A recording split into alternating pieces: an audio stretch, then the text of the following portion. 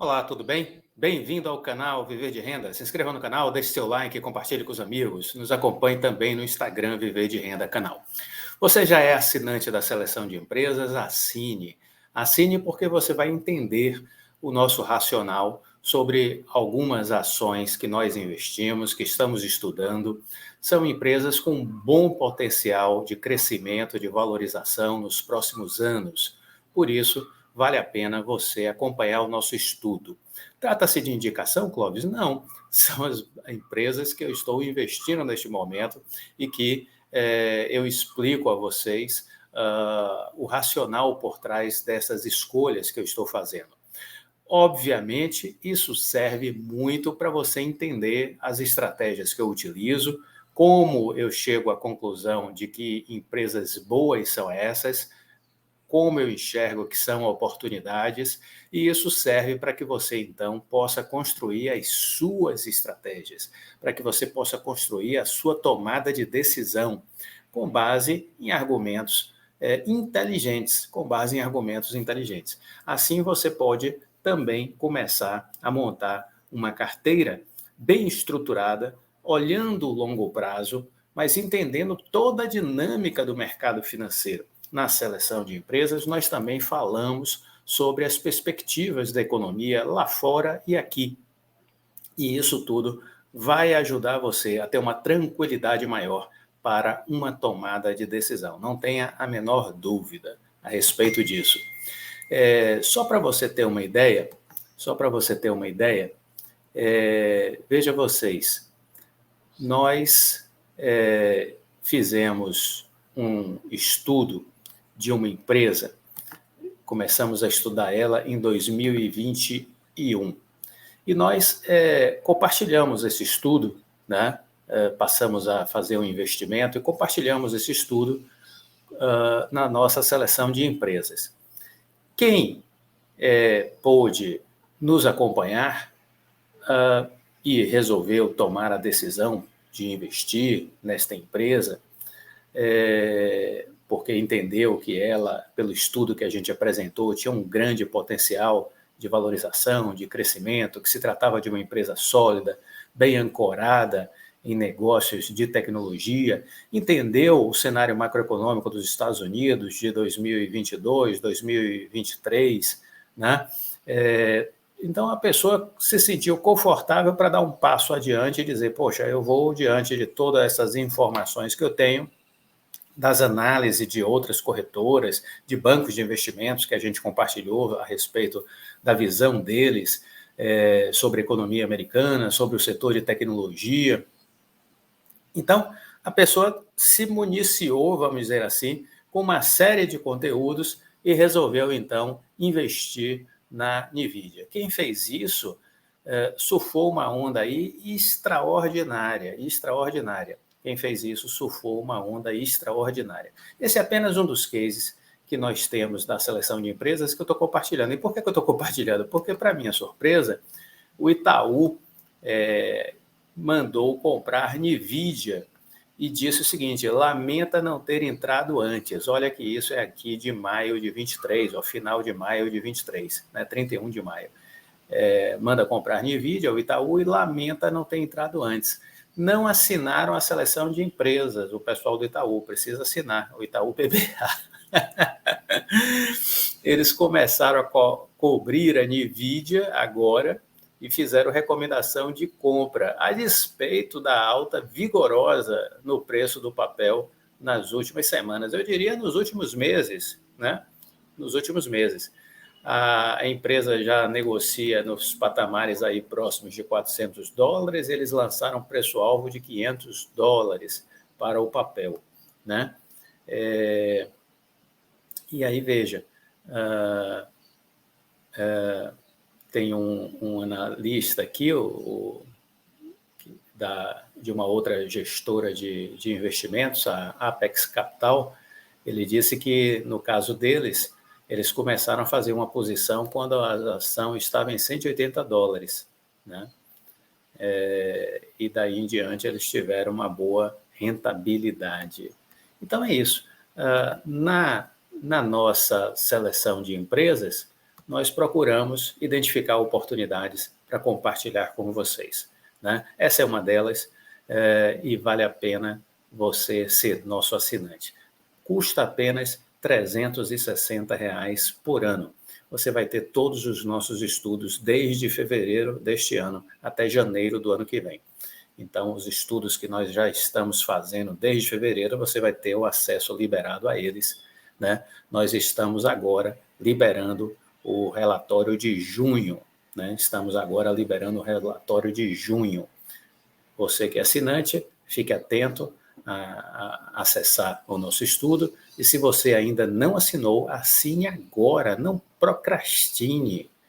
Dê uma oportunidade para você conhecer algo diferente, que vai lhe ajudar, não tenho a menor dúvida disso, certo?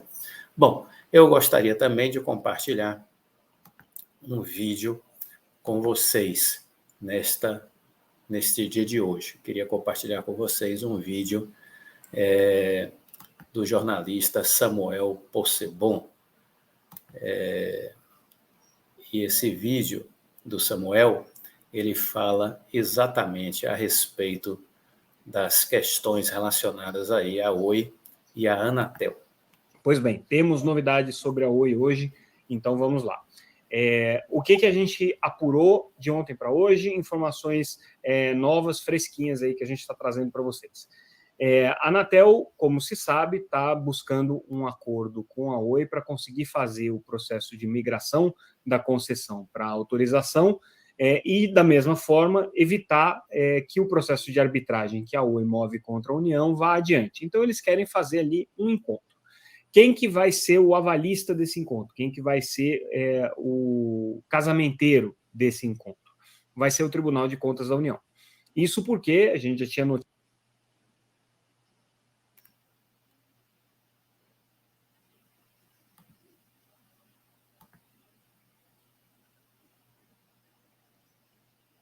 a autorização e, da mesma forma, evitar que o processo de arbitragem que a Oi move contra a União vá adiante. Então, eles querem fazer ali um encontro.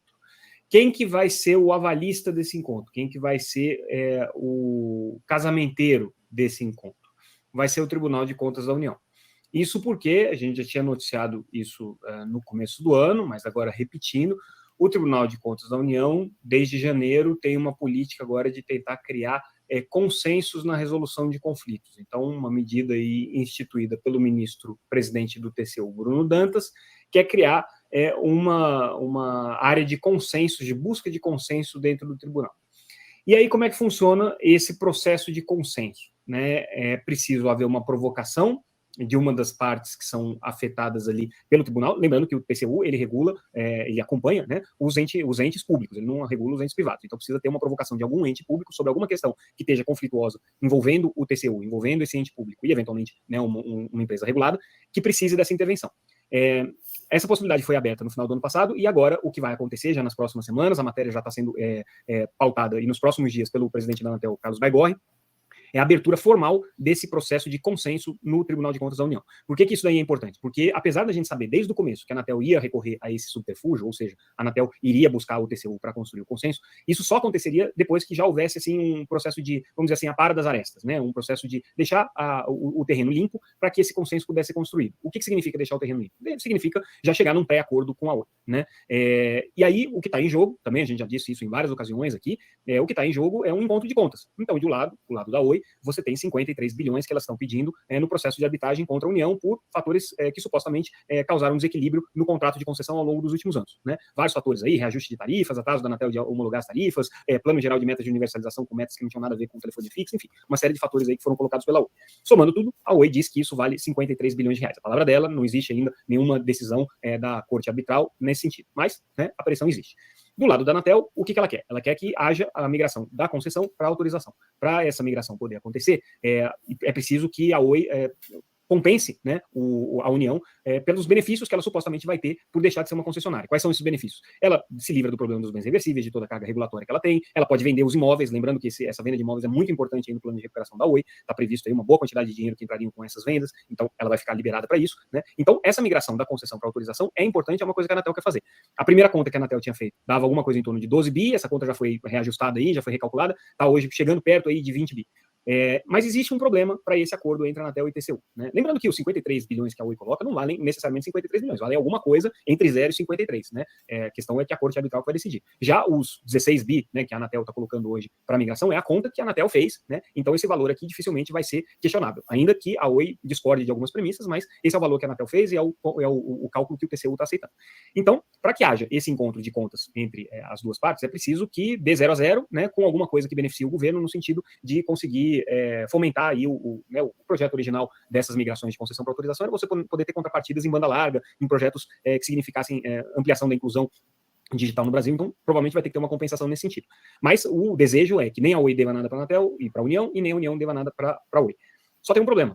A Oi tem uma dívida de, hoje, 7 bilhões de reais com a União, já decorrente da repactuação da primeira recuperação judicial. Era uma dívida muito maior que isso, de mais de 20 bilhões. Houve um corte, né, acordado com o TCU em 2021, e essa dívida caiu para 9 bilhões, dos quais a Oi já pagou 2, então sobram 7. E a Oi estava louca para se ver sem essa dívida, né?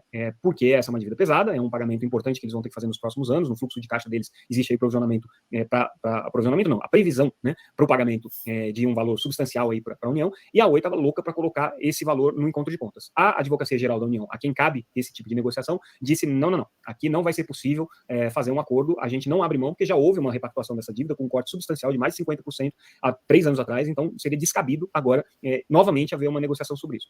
A Oi aparentemente concordou, a gente viu isso no plano de recuperação judicial, inclusive aparecendo ali, quando eles projetam o pagamento dessa dívida, e dizem que, por enquanto, eles prevêem pagar, não sei que haja alguma mudança no cenário legal, no cenário institucional que permita eles não terem que pagar essa dívida. Então, pacificado isso, pacificado qual é o valor da conta para a conversão da concessão para autorização, e chegando mais ou menos a um consenso sobre o que seria justo da Oi receber na arbitragem, você consegue chegar no 0 a 0. Qual que é o problema? Isso aí vai ter que ser referendado, como eu disse, pelo casamenteiro, que é o Tribunal de Contas da União. O TCU costuma ser muito chato com essas contas, principalmente no que diz respeito a bens reversíveis. O entendimento do TCU é muito diferente do entendimento da Anatel com relação a bens reversíveis. O histórico não é bom de relacionamento. E tem uma outra questão, né? Todo esse processo de pactuação por consenso, né, que vai ser conduzido pela Secretaria de Controle Externo e Soluções Consensuais e Prevenção de Conflitos, o nome é complicado, mas é isso aí que o TCU tem, tá? É um processo que toma tempo. Essa comissão, uma vez aberto o processo, que é isso que a Anatel está para fazer, apresentar esse pedido formal de abertura do processo, essa comissão tem 90 dias para fazer uma análise desse relatório, desse pedido, e elaborar um relatório. Depois disso, isso é submetido para a Procuradoria do Tribunal de Contas da União. Se não houver consenso, a matéria é arquivada. Se houver consenso, aí sim se pauta essa questão no plenário do TCU, e aí são mais 30 dias para deliberação. Ou seja, vamos supor que na semana que vem a Anatel consiga apresentar esse pedido, iniciando esse processo. A partir da semana que vem seriam mais 4 meses. Então a gente está em junho agora, julho, agosto, setembro, outubro. Esse assunto poderia ser resolvido e aí você tem a migração, né? Essa é a previsão aí otimista do que pode acontecer. Agora, as nossas fontes na Anatel estão bastante otimistas com relação a essa possibilidade de se chegar a um consenso, até porque, se não acontecer isso, aí não tem muita solução. A Anatel certamente vai ter que fazer uma intervenção. Aí é uma notícia que eu estou dando exclusivamente aqui, eu não dei ainda no noticiário, até porque a gente está tratando isso com um pouco mais de cuidado, mas já teria havido um processo de busca da agência por uma pessoa que pudesse ser o interventor. Então, essas conversas já começaram, o que é normal, tá? Assim, a Anatel está com um processo de intervenção aberto, então ela tem que buscar uma figura que possa ser o interventor na Oi. Não quer dizer que isso vai acontecer, mas ela tem que ter um nome engatilhado, né? O processo de caducidade na Anatel está bem paradão, ele não mexeu como a gente esperava. A Anatel abriu esse processo muito mais para preservar o CPF dos seus servidores e poder lá na frente dizer que fez alguma coisa, do que para efetivamente caminhar no sentido de decretar a caducidade da concessão da Oi. Então, o processo de caducidade está paradão, mas o de intervenção, a Anatel está se preparando para o caso de ter que acionar essa bomba atômica. Não é o plano A da Anatel, o plano A da Anatel é chegar a um consenso com o Tribunal de Contas da União. Esse processo vai ser iniciado tão logo a Anatel apresente esse pedido está na mão do presidente Carlos Baigorre, que vai fazer a relatoria, isso é votado em circuito deliberativo pelos conselheiros da Anatel, e uma vez feito isso, aí começa o processo no TCU com esses prazos que eu falei, né? 90 dias para uma análise preliminar, depois, havendo consenso, mais 30 dias para a decisão do plenário. Então, essa é a expectativa para que as coisas caminhem daqui para frente. Claro que isso é o desejo da Anatel e o desejo da Oi, né? O que significa que isso vai acontecer lá na frente, a gente não sabe. A dívida da Oi continua muito pesada, é preciso ver se o plano de recuperação judicial primeiro vai ser aprovado pelo juiz da recuperação judicial e depois aprovado na Assembleia de Credores, se a Oi vai ter condições de cumprir o plano de recuperação judicial, porque afinal de contas vai ser uma empresa muito diferente da que é hoje, se aquele plano é viável ou não é viável, enfim, assim, é só o começo do processo, né? Ainda tem todo o processo do plano de recuperação judicial que a gente não tem a menor ideia do que vai acontecer. Agora, é isso, estamos nesse cenário, né, e a gente vai tentar acompanhar, na medida do possível. Essas são as informações tão fidedignas quanto eu consegui apurar. Eu converso com as fontes da Anatel, eu não escrevo de ouvido, eu não escrevo de palpite, eu escrevo com base nas minhas fontes, nas minhas informações. Faz só 25 anos que eu cubro a agência de telecomunicações aqui em Brasília, eu tenho fontes lá, então essas são as informações que eu posso fazer para vocês, ouvindo também, obviamente, algumas fontes que estão participando desse processo que não são da Anatel, são do Tribunal de Contas, são da própria Oi, enfim, né? Por isso que a Teletime é a publicação especializada em telecomunicações mais respeitada do Brasil. A gente acompanha esse mercado há muito tempo. Aqui a gente não defende a ação da Oi, a gente não defende o acionista da Oi, a gente não defende os credores da Oi. O nosso propósito aqui é trazer informação crível para o mercado de telecomunicações. Então é isso.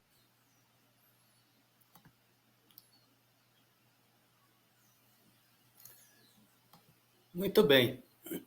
Então, veja, por que eu quis trazer essa entrevista, esse depoimento, né, do Samuel, que é do canal Teletime, e realmente é um canal que vale a pena acompanhar as notícias para quem gosta do setor de telecomunicações, de tecnologia. Temos aí, a gente está falando já há algum tempo, dessas mobilizações de bastidores. O Ministério das Comunicações, para mostrar serviço, pediu que a Anatel tomasse algumas providências, a Anatel, por sua vez, também tem tomado algumas providências, tudo isso no que diz respeito à Oi, né? Existe aí, portanto, um bastidor acontecendo. Mas vamos considerar o que está em jogo. A Anatel quer que a Oi faça a migração do regime de concessão de telefonia fixa para o regime de autorização. A Anatel diz que a Oi, para fazer essa migração, deve pagar ao governo federal 16 bilhões de reais. O Tribunal de Contas da União se manifestou sobre isso e disse que o cálculo dele é maior, que o cálculo dele é 22 bilhões de reais. Então, temos aí dois números sobre a mesa. Da Anatel, 16 bilhões de reais para a Oi fazer a migração da concessão para a autorização, e o TCU, Tribunal de Contas da União, 22 bilhões. Esse cálculo do TCU leva em consideração o quê? Leva em consideração os bens reversíveis, bens aqueles que foram destinados às empresas quando da privatização e que agora, caso a empresa não renove a concessão, deverão ser devolvidos à União. Estamos falando aí de fios de cobre, estamos falando aí de alguns equipamentos que, porventura, ainda tenha alguma utilidade.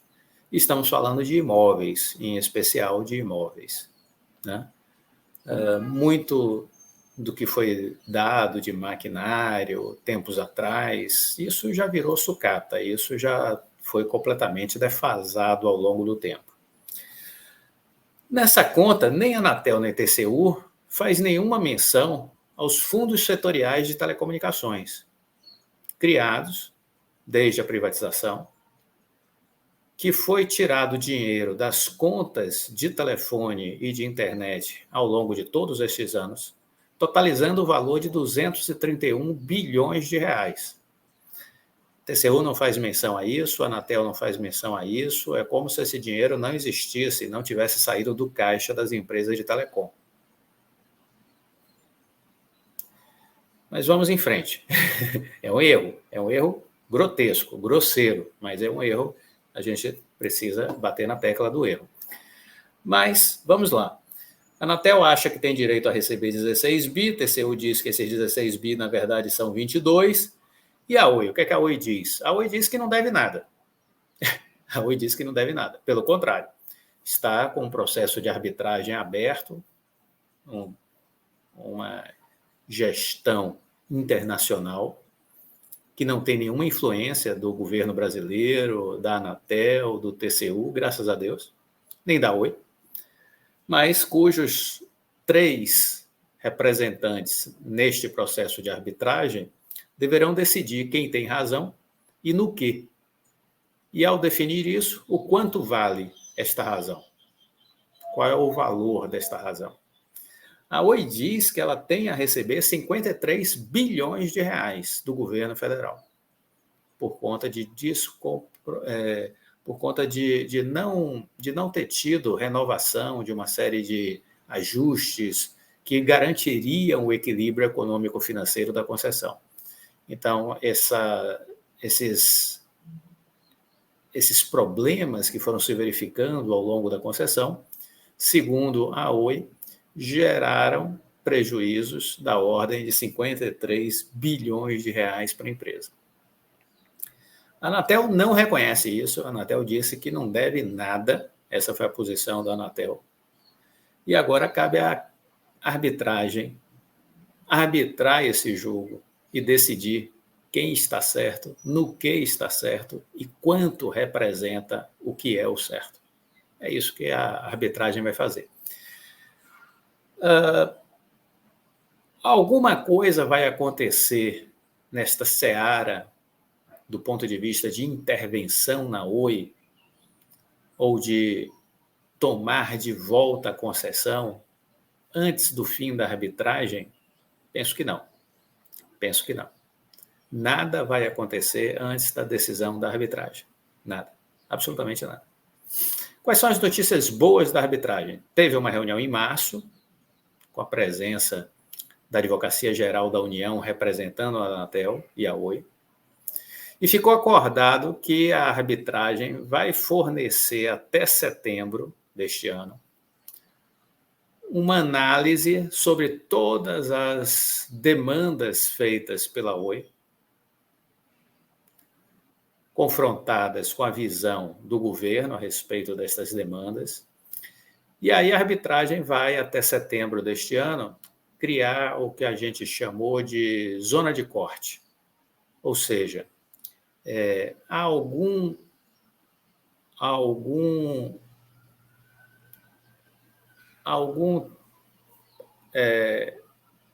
ponto no decorrer do tempo que será o limite para a contabilização das questões, porque a Oi retroage em seu favor desde o início da privatização. A Anatel até tentou argumentar que deveria ser olhado apenas os últimos 5 anos. Qual o tempo que será considerado pela arbitragem? 5 anos, 10 anos, 15 anos? Qual é a área de corte que a arbitragem vai fazer? Quando isso for feito, isso vai nos dar uma ideia diante daqueles 53 bi que a Oi apresentou, o que fica de fora e o que não ficou de fora. Tendo este corte temporal, nós começaremos a ter uma ideia de qual é o valor possível deste processo de arbitragem a favor da Oi. 5 bilhões? 10 bilhões? 15 bilhões? 20 bilhões? 25 bilhões? Não sabemos. Quem disser que sabe, está mentindo.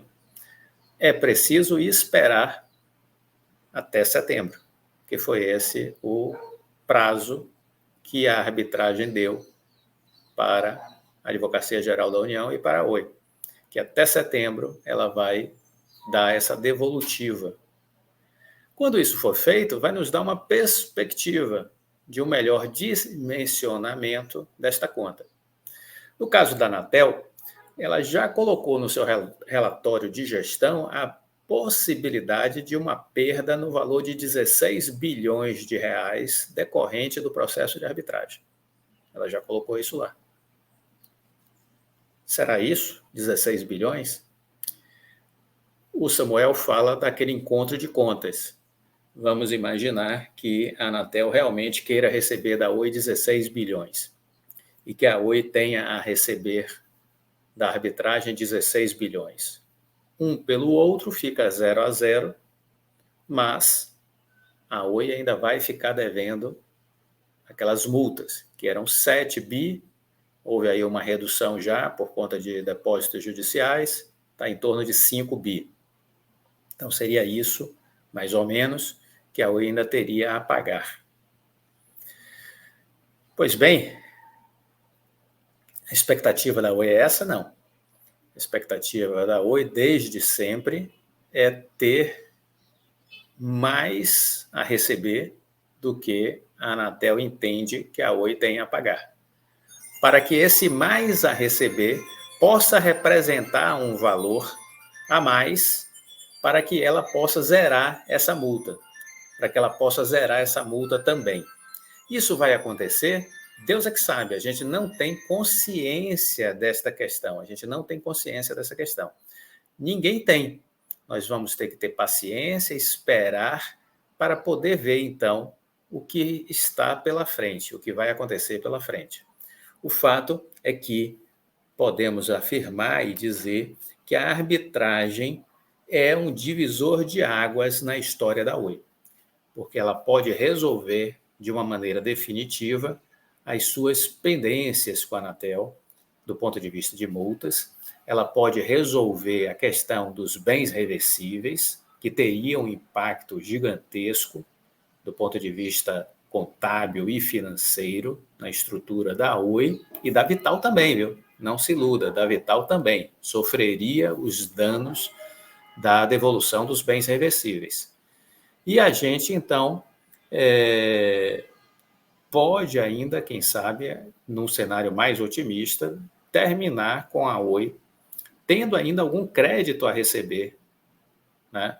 Se a conta da Oi estiver correta, ela está pedindo 53 bi, né? Então vamos imaginar que a arbitragem considere aí algo em torno de 35 bi a favor da Oi. Seria um universo perfeito, né? São essas as informações que a gente queria compartilhar. Reflita, né? É apenas mais informações para você ter no seu estudo a respeito desta empresa, ok? Se você gostou do vídeo, você deixe seu like, por favor. Tenha um ótimo final de semana, fica com Deus e até a próxima. Tchau.